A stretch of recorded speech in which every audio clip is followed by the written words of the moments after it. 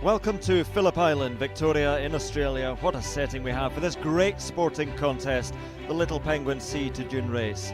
Nervous moments always as they gather on the beach, the tension mounting, and away they go. There's the defending champion, wearing his familiar navy blue and white, great waddling style.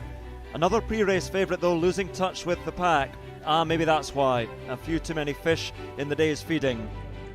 There's a familiar face, Skip McIntyre, 8 times a champion back in the 90s, a very successful coach now, keeping a keen eye on proceedings. This the leading group, 1 or 2 still able to put on a show for the camera, others just ploughing straight over it. Some resorting to shortcuts. Sad that cheating has crept into this beautiful sport. The judges will have a look at that. But up at the front, the pace is relentless, closing in on those sand dunes that will offer a bed for the night. The fatigue starting to tell. Who's got the finishing kick up on the outside? What a turn of pace from that one, whichever one it is. No answer from the rest, and he takes victory. What a win. There we are, into the Burrow, building an extension with his winnings, and back tomorrow to try and defend his title here on Phillip Island.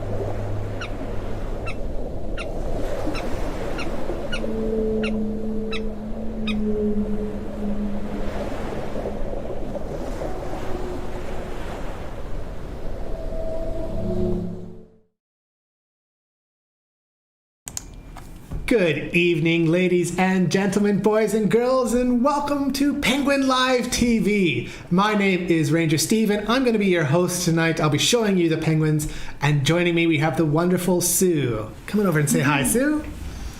Hello, everyone. Lovely to be here this evening, in the warm room especially. So I will be, of course, here reading through your questions and passing some over to Stephen. We'll endeavour to answer, not all probably tonight, but some of your wonderful questions this evening. And also announcing some penguin numbers really soon. So have a little think and get your guesses in. We have probably since the last time you guys were watching a bit of a decrease in our penguin numbers. So have a little think about that. You may be wondering why also that we have had a decrease in penguin numbers the last few nights, and one of the reasons that we know of is because it's a very exciting time at the moment for little penguins because many are starting a family. So a lot of penguins are on land finding their partners, getting their burrows all ready, and they've even had eggs and some little chicks have been hatched because we've been hearing tip, tip, tip, tip, tip coming from the burrows. So a very exciting time. So many penguins on land, looking after their little chicks. I'll pass back to Stephen. He might be able to give you some more information. Thanks. Fantastic. Thanks, Sue. That's all right. So that's absolutely right. We have some penguins that are sitting on eggs, and when they're on eggs, they're not really going into the ocean as often as they normally do. So expect a bit of a lower number tonight if things remain consistent as they have the last few nights. But we're still expecting quite a few penguins. Get your guesses in. Hopefully before the penguins arrive, we'll be able to see who got the closest guess for how many penguins arrived last night. I do want to say big thank you for all of you to tuning in tonight. It's so good to share the penguins with you in your own homes tonight, especially because it's a bit of a chilly one here on Phillip Island. And we are bringing the penguins to you live from Phillip Island. That's where the Penguin Parade is. We're part of the Phillip Island Nature Parks, a not-for-profit, visitor-funded conservation organization. And we really do rely on visitors, like you can see at the bottom of the screen, coming to see our penguins. They help fund all of the conservation work we do of protecting our penguins, protecting all of the native animals we have here on Phillip Island.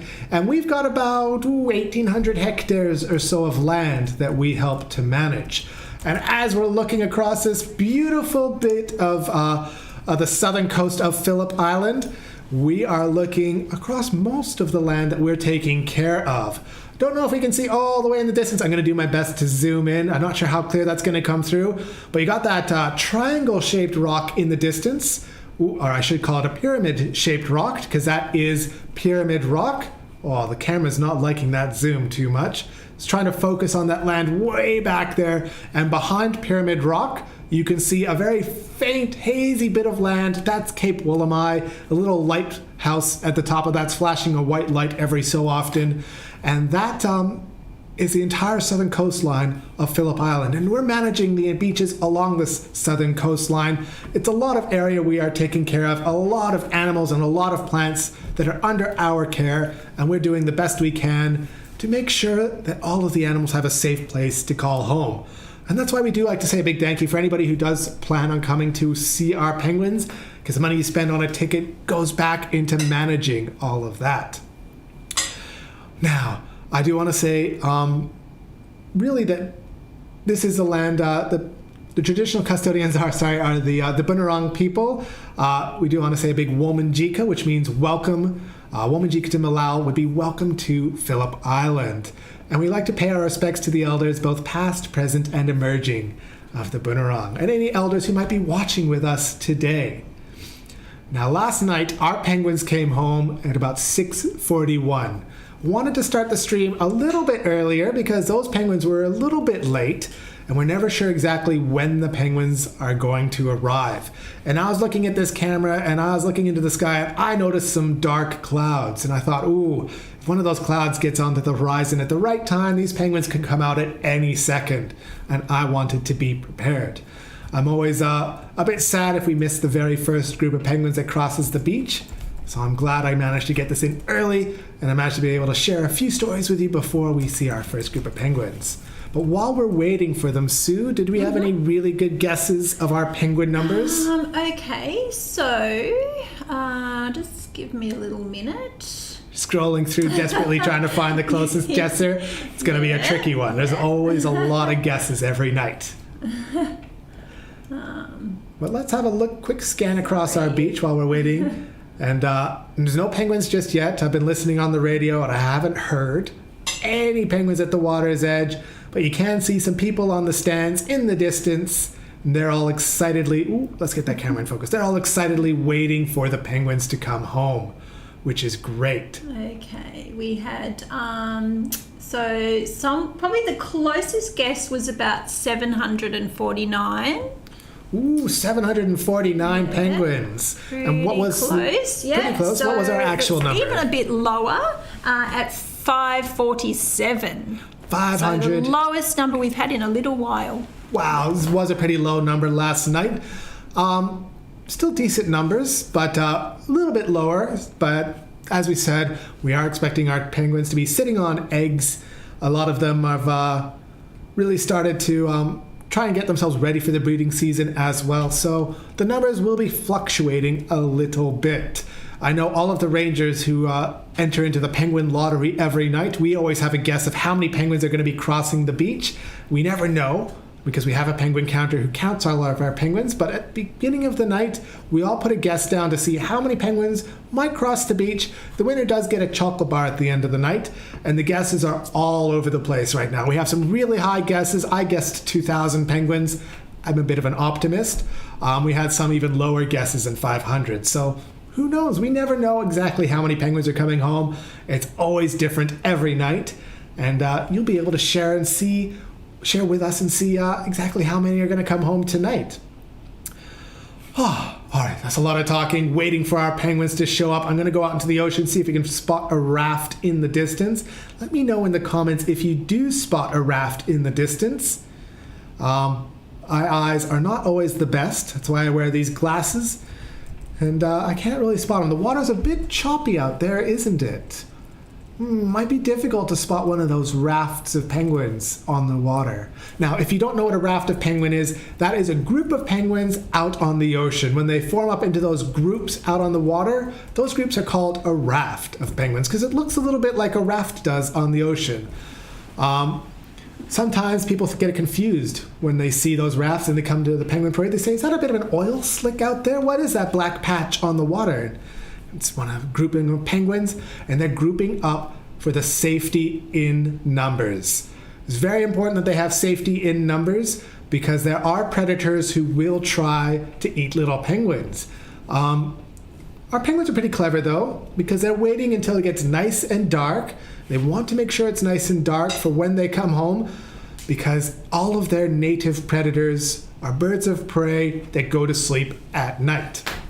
And if you've been a regular Waddle watcher, been watching the streams over the last little while, you may have noticed a bird of prey that was on our streams. Whoa, how long ago was that? Do you remember, Sue? I think it was about 2 weeks ago. Is it that long? 2 weeks ago? Yeah. I have no concept of time anymore. Time's just gone crazy. It could have been a month ago, could have been last stream, for all I know.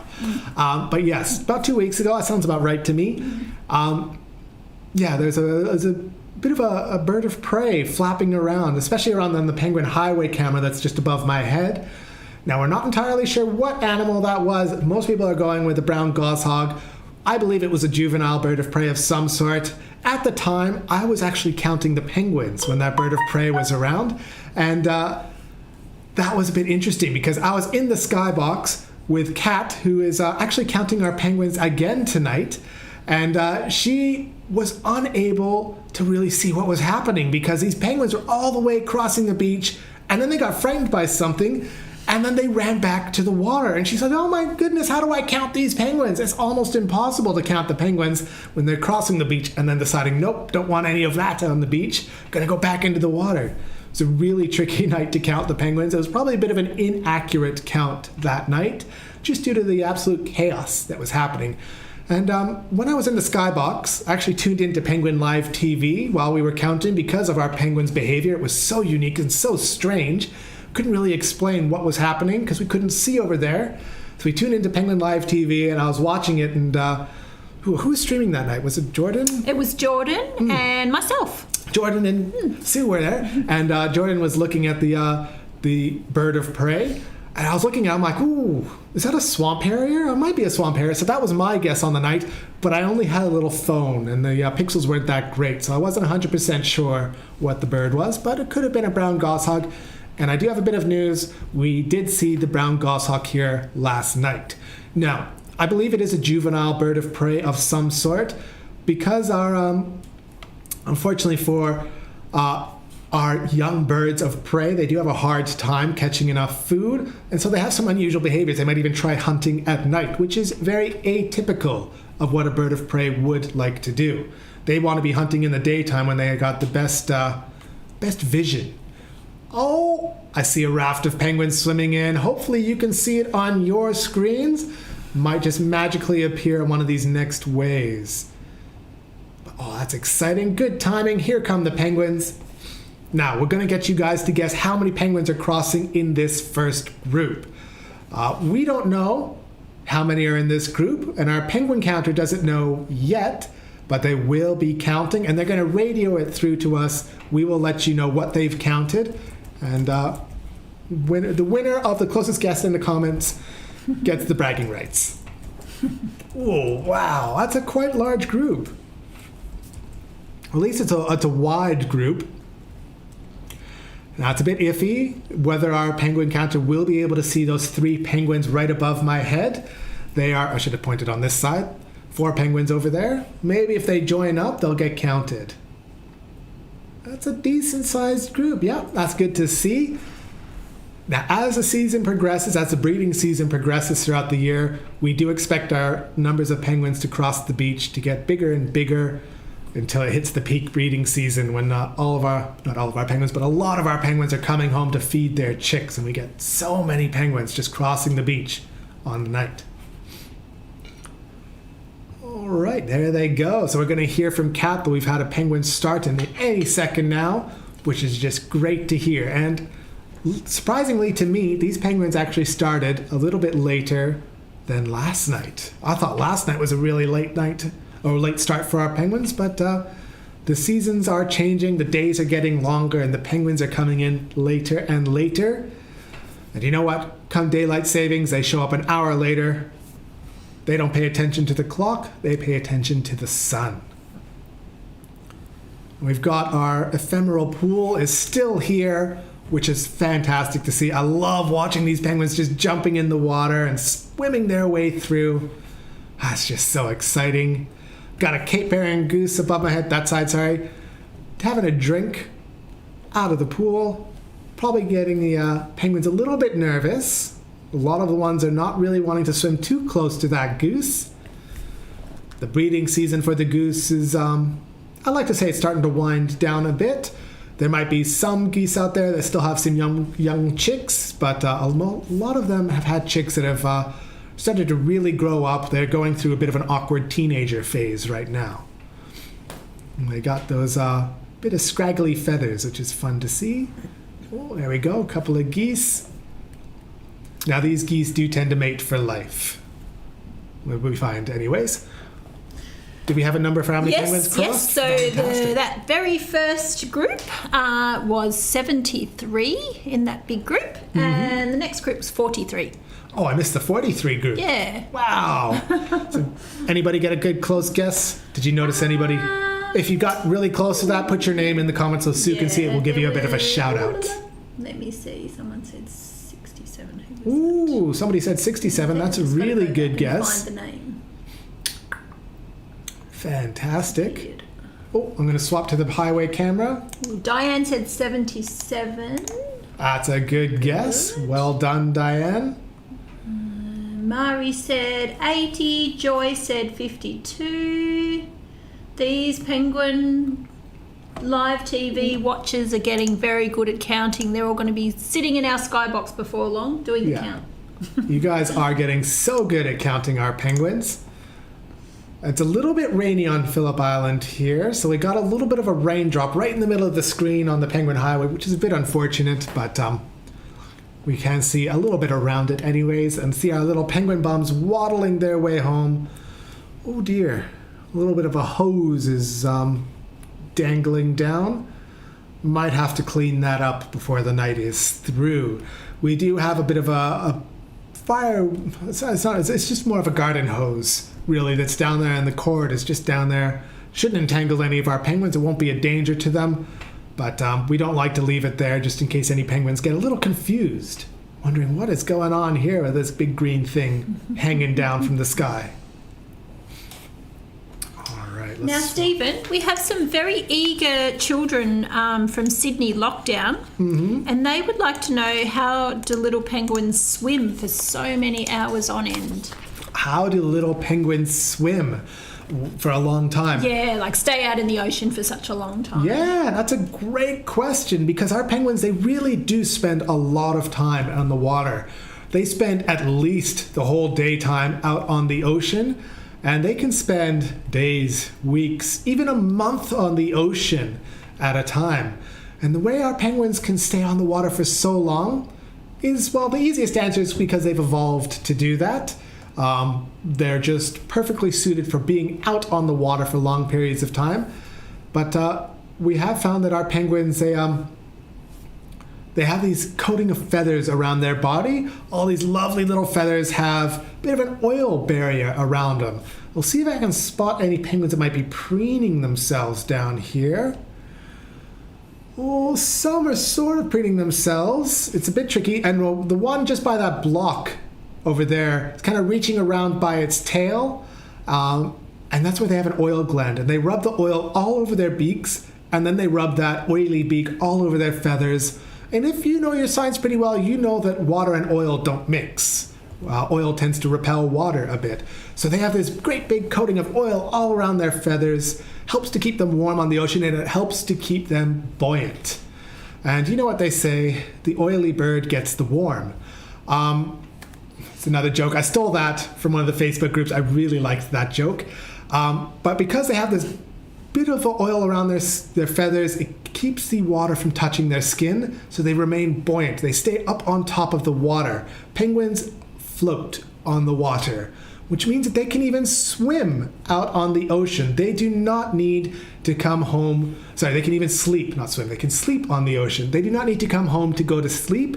They can stay out on the water, have a bit of a sleep on top of the water, and when they feel rested, they wake up and they keep swimming. And interesting little tidbit about our penguins is when they sleep, whether they're sleeping on the water or they're sleeping on land, every sleep they have will be about 4 minutes or less. They are not long sleepers. They have little penguin naps as they are out on the ocean, probably because it's not safe for them to have a really long sleep on the water. They're a bit exposed out there. They're a bit vulnerable. And, if a penguin was with a few other friends out on the ocean and one of them decides to have an 8-hour sleep, they're going to drift away from their friends. And they might get separated. And they might lose track of them. And they might lose track of a school of fish that they're been staying near. So best to have a short sleep, keep themselves pretty alert, and able to change any mistakes that would have happened in 4 minutes time rather than an 8-hour sleep that I like to get. So they're really good at swimming out on the ocean. Because they can float on the water, they can get their rest out there, and because those little flippers that they have are excellent at just flying through the water. They not birds that fly in the air, but they do swim underwater, and they use their flippers like wings almost. They just fly through the water and they go really fast. And some of our penguins, if you see them, they might look a little larger than the others. Some manage to put on a good amount of weight. We get some skinny penguins. We get some, I always call them fat penguins, and that is completely inaccurate because, oh, come on, camera, focus for me. It's a little bit better. They are not fat. They are actually muscly. These penguins are out on the ocean swimming for a whole day, maybe days, even weeks on end. There's no chance they're going to be putting on fat. They're going to be putting on muscles. Oh, there we go. So the bigger a penguin you see, the more muscly it really is. We got a couple of penguins walking the wrong way, waddling the wrong way there. That would be a bit of a mother's group, as I like to call them. Those are shell gritters. Shell gritters are pregnant females. Pregnant females, they're not really pregnant. They're a female with eggs. I'll follow these guys because there's more of them and they're a bit interesting. It's a female with eggs. And, female with egg. They have one egg in them right now, and they'll be laying that egg in the very near future. And they're going down to the beach to get something that they're craving, something that their body really needs. When they're developing an egg inside them, they lose a lot of calcium from their bones. Well, we think from their bones, maybe their bone marrow. And because they're losing a lot of calcium, because all that calcium is going into their eggshells to help harden it up, they get this craving for calcium. There's not a lot of calcium in a penguin's diet. Ooh, a bandicoot's running off in the distance over there. That's exciting. One bandicoot sighting. That leads me to a bit of a question for you about bandicoots. Chris would like to know, Stephen, have you... Well, you've seen a bandicoot here, but have you seen a real bandicoot, like out in the wild, and have you handled them? Yes, so I absolutely have been able to see bandicoots in the wild. When you work at the Penguin Parade, you see them a lot around here, and this would be the wild for them. But I've also gone out trapping with our research crew. Now, you may have noticed an article in the newspapers recently. It's been actually in several newspapers. I saw it on the BBC. I saw it on ABC. I've seen it in several places about how the bandicoots have been taken off the extinct in the wild list, and they're now been upgraded to the endangered list. And that's our bandicoots that we have here on Phillip Island and elsewhere in Victoria.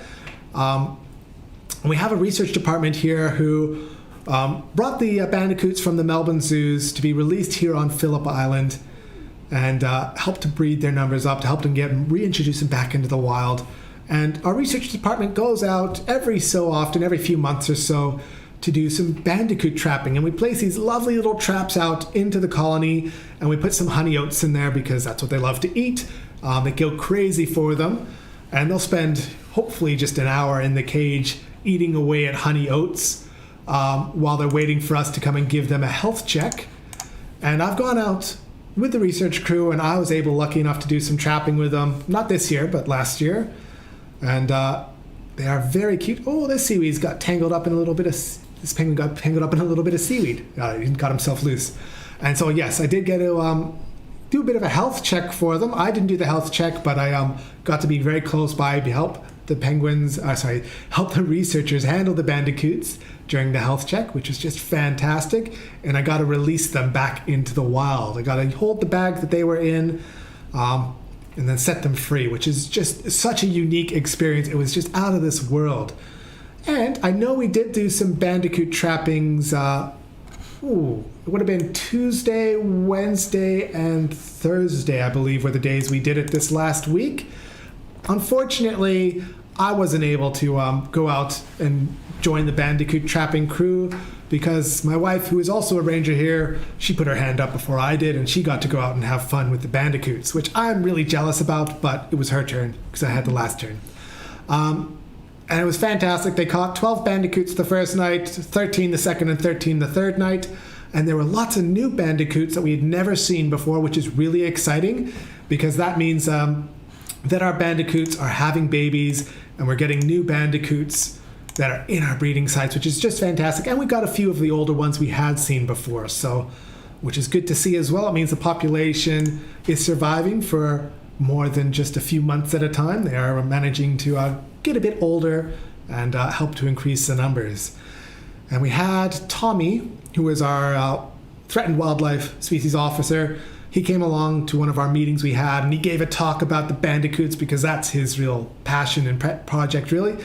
And he told us that he estimates the last time they did a count, there was at least 300 or so bandicoots on Phillip Island, but that count was done a long time ago, and there's probably quite a lot more than that, which is good to see. The numbers are increasing and increasing, and what's amazing to me is that the entire genetic stock of these bandicoots came from 19 adults that were left in the Melbourne Zoo. That's the entire genetic stock, all from those 19 adults. They did not get introduced elsewhere. There wasn't any other bandicoots that were able to help. Wow, there's a big group over there. Weren't any other bandicoots in the wild that they could breed from, so We've been keeping a good eye on our bandicoots, making sure there's no inbreeding problems and all those types of issues you might have. And they're doing very well, which is just so exciting. And so exciting that they are thriving here on Phillip Island, largely in part because we are a fox-free island, and the foxes are really what kind of caused them to go extinct. One of the main factors of what caused them to go extinct in the wild.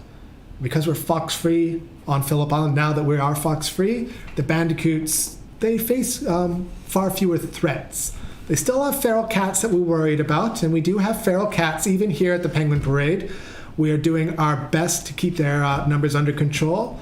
And I was working here last night, and we saw 2 feral cat sightings. There was a ginger feral cat that wasn't actually here at the Penguin Parade. It was just near the road, and we notified our feral officers who comes out and make sure that the feral animals don't cause too many problems. We also saw a black feral cat, which is not something that we've seen too much. We've definitely noticed the ginger cat around a few times. So that's all kinds of interesting. And the rangers who are taking care of the feral animals are doing their best to make sure they trap those cats, and they're also doing research on them, figuring out where they're going. Ooh, that's a nice shot on the highway. Figuring out where our feral cats are traveling to, what their territory is. There's a lot of useful information we can get from these ferals as well. Oh, fantastic. Look at these little guys go. They're on a mission to get back to their little burrows. Some of them are looking forward to getting home to meeting the missus or the darling husband. Others are looking to get back. Maybe they have eggs already. And they do have to change places while they're on the eggs, because they will sit on those eggs to incubate them for maybe around 35 days or so, give or take. As with all things in nature, there's no very strict rule of exactly how long they'll sit on eggs, but around 35 days, give or take. Oh, getting those guys just behind that little water droplet there. It's a bit tricky to see them. That might be a bit of a better view above my head. And there we go, another group showing up. So they have lots of activity in the colony right now. Even if we're not seeing so much crossing the beach, you can hear them in the colony. They're singing courtship songs. You're hearing little chicks doing their little peep peep peeps, calling out for mom and dad, saying, "Mom, Dad, feed me, I'm so hungry." Because if any of you have kids at home, you know exactly what that call sounds like. Every animal in the world makes it, humans included. When the young are hungry, there will be tears, there will be shouting, there will be fighting, all that fun stuff. And our penguins are no different. The siblings, they fight for food. They call out and complain to mom and dad that they're starving. And it doesn't matter how recently they've been fed. You could have both parents coming home at the same time, and mom comes home maybe 20 minutes before dad, and mom feeds the chicks. And then dad comes home, and the chicks are still hungry, and they're still crying out for food. And poor parents, they're having to regurgitate all the food that not all the food, but a lot of the food that they caught in their bellies. And that's tough to do. Poor mom and dad, they lose a lot of weight feeding their young. Fantastic. How are we going with questions, Sue? Okay, here's one. Did the penguins come right along the beach? So in other areas along the beach there? Great question. Do our penguins come along in different areas along our beach? Chloe Absolutely. would like to know that. Chloe. Yeah. Great question, Chloe. Absolutely. Our penguins do come all along our beach. I'm actually going to swap back. Maybe I can show you another pathway. Let's see. So we got this pathway you can see right in front of you here. A couple of penguins coming up there. And let's go along. There's a penguin sitting in the grass there. There'll be another pathway roughly where I'm pointing here. Oh, there's a penguin. You can see another pathway just down there. That little penguin's not feeling so confident. They're really bent over low to the ground. That's a nervous posture for our penguins. That's when they're a bit worried about what might be around them. So he's feeling by himself. He's not liking that too much. There's a couple more penguins down there. And there's another pathway. Oh, I don't see any penguins on this pathway. Couple of silver gulls, no penguins, but in between the two stands is another pathway. And in the distance, far in the distance, I cannot get that on camera. It's way too far away. There's a final pathway. So we have, it's really 4 pathways that we count. Those that we saw there, we kind of combine them into the one pathway, even though there is about a 10-meter split between them. We still consider that just the one pathway. Bit of a shell gritter going back to the water, it looks like. It's going to scare all the other penguins away. They're wondering, oh, did you see something? Was there something dangerous in the air? Let's get back to the water where it's safe. Penguins are safest in the water. Fantastic. They're still coming out, which I love to see. So great question, Chloe. There's about 4 pathways on this beach alone. And we also have several pathways on other parts of Phillip Island. It goes all the way around the peninsula, down to the Knobbies, and then up the other side of the peninsula as well. So there's a lot of pathways our penguins use. This is just the one pathway we get here where we are watching our penguins cross, where we get the most penguins. I'd say about 60%, maybe 70% on another night, but let's say around 60% of our penguins come across this one pathway here, which if you are coming to see our penguins here at the Penguin Parade, we do recommend the Penguins Plus ticket. It does cost more, but you do get so many more penguins that cross the beach and you get the best experience. It is well worth the upgrade. Managed to get that question, answer that question. Well, Hazel, who's 6, she would like to know, how does the penguin counter manage to be able to count the little penguins? Ooh, great question. I wonder if I can do a cheeky zoom in on our penguin counter. She hasn't agreed to this, but I think she'll forgive me. So we have a penguin counter. I'm going to go back across the beach, who's sitting in what we call the skybox. It's a building that's kind of up high in the air. Oh, it's really bright over there. I'll see if I can get this. Sorry for the really bright lights. Zoom in, zoom in. So she's just sitting in there. Well, it's really hard to see them. I think she's leaning out and counting penguins coming up the center pathway. Maybe? Not sure. Anyways, she's in there with a pair of binoculars, and she is counting all the penguins coming up and down the beach. Now, she's going to be counting, Cat is the name of our penguin counter tonight. She's going to be counting all the penguins on this one pathway here. Oh, you can see this one pathway here. One penguin right there. That's an easy number to count, not too difficult for our penguin counter. And then she'll be counting all the way down along this beach, counting all these groups of penguins. We have a second ranger who counts that one pathway in the very, very far distance, very, very far distance that way, that we can't really see from the skybox. So we need another ranger with a different pair of binoculars counting all those penguins down there. And I just showed over the radio that Carrie, who is our penguin counter on that far stand, just saw 9 penguins cross the beach. So what we do is we count how many penguins are in each group that are waddling across, or each waddle of penguins that waddles across the beach. We write down, okay, there was 9 penguins on a piece of paper, and we wait for the next group. We say, okay, there was 16 penguins in the next group, and we write down 16. And at the end of the night, we do some very difficult math using a calculator, of course. Oh, at least I use a calculator. I'm sure we have some better mathematicians out there that don't. But you can use a calculator, add up all the groups at the end of the night, and we know the total number of penguins that cross the beach. It's really tricky counting our penguins, especially on nights when we have a bird of prey. Let's swap over to the highway camera. That's in the colony scaring our penguins because they cross the beach and then they run back to the water. And you think, oh, I've already counted them. Did all of them come back to the water, or did some stay up on the land? It gets really hard trying to count them when they're behaving a bit erratically, something that's a bit out of our control. We do our best to estimate how many are coming across. We give it our best try, and we find that we're usually within a 10% margin of error. So we might make a few mistakes here and there, but we're looking for generally how many penguins come. A lot of us rangers, we're a bit of perfectionists. We try and get it absolutely perfect, but when you're having over 1,000 penguins crossing the beach, I'm sure you're going to count the same penguin twice, or you might miss a penguin that was hiding in a funny area. These things happen, but we'll only be off by a few penguins, not too many at all. Oh, all these questions, they always take so long to answer, and I love that. Shows you're interested, and it shows that there's a really good involved answer as well. I don't think I've ever been asked a yes or no question on this stream, but that's all right. They're too easy. Do you have a yes or no? It'll be funny if we do. I have no doubt we're going to get a swarm of yes or no questions. So, actually, no, that's not true. Somebody asked if I ever held a Bandicoot. The answer to that was yes. I just couldn't stop myself from talking more and more, so. All right.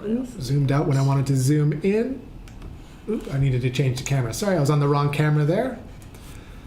Got a few penguins here on the beach, looking across the sand, hoping a few more penguins join them. Well, actually, I might go back to the highway because we got this little shell gritter heading down the beach. There we go. The shell gritters, I mean, all these penguins are creatures of habit. They know what they're doing. But if you see two penguins crossing the pathway, going in opposite directions, they'll sometimes look at each other and think, what were you doing? Are you going the wrong way? The housing estate's back this way. This little buddy is just happily going back to the beach. And who knows, she may be laying her eggs in the next few days, which will be exciting to see. And in just over a month's time, there should be some chicks in the burrow if everything goes according to plan. All right, let's go for another question, Sue, because I love our questions so much. Okay. Let me see. What have I got here? How do penguin feathers feel? How do penguin feathers feel? Well, penguins are pretty soft. And it depends on the type of feather that you're holding. Now, they have two types of feathers. They have an outside feather, which is a bit firmer, a little bit harder. And then they have the downy feathers underneath their outside layer of feathers. The downy feathers are super soft. They're not rigid like the outside feathers at all. If you were to hold one up, it just flop over. And that's true for a lot of birds, actually. They have an outer layer and an inner layer as well. So it depends what type of feather you're holding, really. You might get a sharper, more rigid outside feather, but the inner side downy feathers, absolute delight. I would love to have a pillow made out of penguin down feathers, but that's way too many feathers to try and get to fill up a pillow. They're just so soft. That's unlike our penguins. Our penguins, when you hold them, they do feel pretty soft right up until the moment where they bite you. And they will bite you. If you were to pick up a penguin, their first instinct is to defend themselves. And those little beaks that they got there, they're sharp. And our penguins are carnivores. They've got a really good bite to them. And they want you to know who's boss if you try and pick one up. And their bites are strong enough to draw blood. And they can even leave scars. So while a penguin might look soft and cuddly to hold, it's really just their feathers. The downy feathers that are soft and cuddly. The penguins themselves, not so much. They are tenacious, and they are quite energetic when they want to defend themselves. Have you ever been bitten by a penguin, Sue? I have. Yes. Yeah. Ouch. Yes, we all have been bitten by a penguin. Really, our researchers, they take us out into the field to show us how to handle a penguin. In case we have an injured penguin, we need to take him to our hospital, or our penguin clinic, I should say. We need to know how to hold a penguin without hurting them. And the real thing that they want us to know is what it's like to be bitten by a penguin when you're holding them, because you don't want to do what your natural knee-jerk reaction would be. If you get bitten by an animal that you're holding, your first reaction is to go, "Wah!" and drop it. Really bad thing to do when you're holding an injured penguin, because that will hurt them even more. So you have to hold them, and they bite you, and you go, okay, buddy, that's nice. Let go, please. All right, there's a good boy. And they'll finally let you go. So you really have to fight that knee-jerk reaction of being bitten by an animal and not just throwing them away. Yeah, but they are quite fun to hold. When you get the training down properly and you get a bit of experience under your hands, you can usually avoid being bitten too much. That said, the really, really feisty ones, they'll continue to try and bite you. There's no getting away from it. All right, I think we're getting closer to the end of the stream now, but we might finish off with a few more questions. How many more do we have? So Ivy, who I think was 6, would like to know why little penguins waddle. Why do little penguins waddle? All right, let's see if I can get closer to one of our penguins. Now, Ivy, if you are 6 years old, if you can see, this camera's not so good. Let's swap to the highway camera. Might get a better view. If you're going to look at our penguin's legs, come back, penguins. You're going too fast. Sorry, Ivy. Ivy's 5, not 5. Sorry, Ivy. All right, let's zoom in on one of our penguin legs here. If you were to look at these penguins, and look at their legs. You can see their feet, or their little clawed feet. You can see their ankle, but you can't really spot their knees. And that's because if you were to put a penguin through an X-ray machine so you could see their skeleton, all the bones inside of a penguin, you would see that their knees are actually located inside their body. Penguins don't really have knees that they use. So their knees are completely useless. It's a joint that's no longer useful for a penguin. They got rid of it. They don't need it. Their knees are completely fused together, which means their knees can't bend anymore. It's stuck inside their body and their knees don't bend. Now, if you want to waddle like a penguin, the best thing you can do is to make your knees completely rigid. Do not bend your knees and try to walk. Now, if you want it to be perfectly accurate, you'd keep your knees at a bit of a bent angle, because that's how a penguin would look like in an X-ray. Their knees are bent but stuck together. Or if you're lazy like me and you're on the boardwalks and you don't want to crouch around, look like you're squatting on the boardwalks, you can keep your legs perfectly straight and keep your knees locked. It's a bit easier to do it that way. And try to walk without bending your knees. You'll probably end up having to waddle. It's the most efficient way to walk when you don't have functioning knees. Great question, Ivy. Now, Ivy, you are 5 years old, and if you were a penguin, you'd be quite an old penguin. You'd be old enough to be a mummy penguin or a daddy penguin. They start having babies when they're around maybe 3 years old. Isn't that a funny thing? All right, don't see anything here on the beach. Oh, geez, I'm on the wrong camera as well. I want it to be on the highway camera because we've got this beautiful penguin. Just put on a bit of a show for us here. Some beautiful feathers on this one. Kind of a funny line going down this little body there. Looks like a parting of the feathers. There's nothing to be concerned about, just a bit interesting. I'm sure if he preens himself, he'll knock those feathers loose and it'll be just right as rain. All right, before we finish off, Sue, let's have one more really good question. Okay. I've got a question. Oh, good. This will be a hard one. No, it's easy. I would never ask you a hard question. How can everybody at home who can't come to visit us still help us out looking after the little penguins here? Oh, that's a good prompt. Something I forgot to say. I love it. So if you really wanted to support us and the work that we do here, there's lots of things you can do to help, but I would recommend going to the Penguin Foundation. There's a link in the description. Our Penguin Foundation is our charity organization. Laws is running the Penguin Foundation. She's the one who accepts the donations. And if you go to the website, there should be an area to adopt an animal. It's a symbolic adoption. It's not an animal you get to take it home, but you can adopt a penguin or a bandicoot or a Cape Barren goose, whatever animal tickles your fancy that you would like to support. You can adopt those animals, and the funds go back into protecting our local wildlife here, because the Penguin Foundation does a lot of work to help fund some of our conservation projects. They help to fund our wildlife clinic. So if we have an injured or sick animal, the people who work at the clinic, their salaries are paid by the Penguin Foundation, and the clinic is kept running through the donations that we get there. And I can tell you tonight we've already had an animal that was admitted, not a penguin. It was one of our beautiful black swans that was brought to us by, I forgot the organization that brought it to us, which is really embarrassing. But they brought in a black swan earlier in the night, and we admitted it into the hospital, and they'll be given the best care and treatment until they are healthy again and able to be released back into the wild, which is fantastic. So yes, please, if you really want to help out and support the work we do here, a donation to the Penguin Foundation is absolutely appreciated. But really, I think my favorite way that you could help us out is when everything opens up again, come back and see us. Come and say hello. Give us a friendly huck as you come through the building and you see any of the rangers you recognize. We are very excited to start welcoming a few people back. But once everything starts to open up again, I don't know when that will be. We don't know when that will be. I hope it's soon. But we'd love to see you back here. We'd love to say hello to you. And we'd love to share our passion and stories with the penguins. Because as many times as we tell you our stories, there's 100 stories that we haven't told you. And that's because we're not getting the right things to trigger our memories.